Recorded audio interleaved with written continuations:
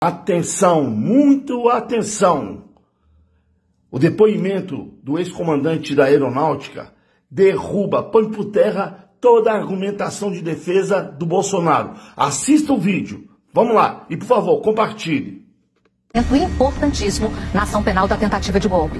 Em um dos trechos muito importantes, lhe é perguntado sobre a apresentação de uma minuta golpista. E aí ele diz o seguinte, que inclusive ele saiu da sala. Ele confirma que foi no dia 14 de dezembro, quem apresentou foi o então ministro da Defesa, Paulo Sérgio Nogueira. E aí, no Supremo, a pergunta para o ex-comandante da Aeronáutica é: e aí, qual foi a reação dos outros presentes nessa reunião? Aí ele disse o seguinte: quando eu entrei, eu fui o último. E aí eu sentei ao lado do Garnier, que é o ex-comandante da Marinha, apontado como alguém que estaria ao lado de uma tentativa de golpe. E aí o Paulo Sérgio, o então ministro da Defesa, disse: olha, eu trouxe aqui um documento para vocês lerem. Segue o Batista Júnior.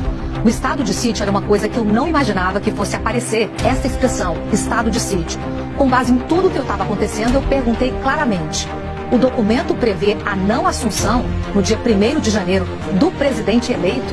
E aí ele, depois dessa pergunta, disse que a resposta que recebeu foi a seguinte: sim. E aí ele, Batista Júnior, ex-comandante da Aeronáutica, disse que se levantou e disse: não aceito nem receber esse documento, se levantou e foi embora. Tem um outro ponto também, é que ele é perguntado muito sobre o Braga Neto. Por quê?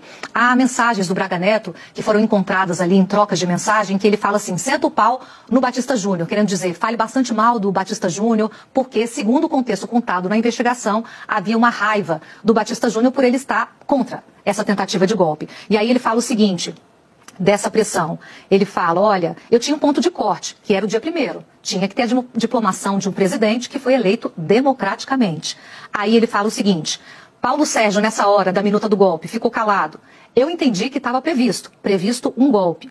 Garnier, ex-comandante da Marinha, não falou nada segundo esse espaço de tempo dessa reunião. E Freire Gomes estava do lado de ser absolutamente contra o golpe. E aí ele fala: você sofreu muita pressão? Aí ele vem falando do Braga Neto. Sim, muita pressão. Quais foram as fontes dos ataques a seu nome? Ele fala: General Braga Neto.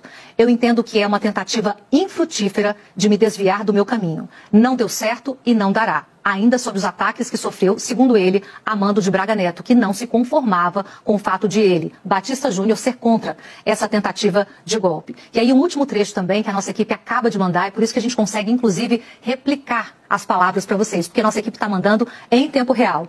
Aí o Luiz Felipe Barbieri mandou o seguinte, sobre o general Heleno, que era chefe do GSI. Ele disse o seguinte: ele tinha um filho que estava se formando no ITA e a diplomação foi no dia 16 de dezembro.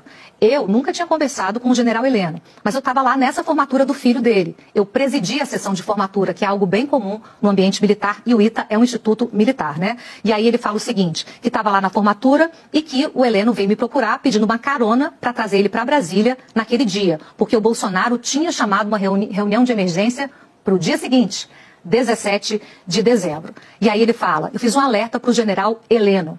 Eu acho que está na hora, Heleno, de termos uma conversa. E fiz esse alerta na biblioteca do ITA, onde o filho do Heleno estava se formando.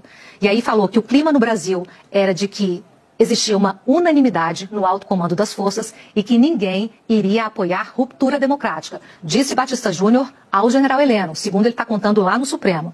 E aí também contou Heleno que uma reunião anterior, no dia 14, não o tinha deixado confortável e que a fala de Bolsonaro de que as forças iriam para cima mesmo tentar uma ruptura, ele sentiu então muito desconfortável e, sob a reação do general Heleno, ele disse que sentiu que Heleno não estava sendo chamado para algo trivial.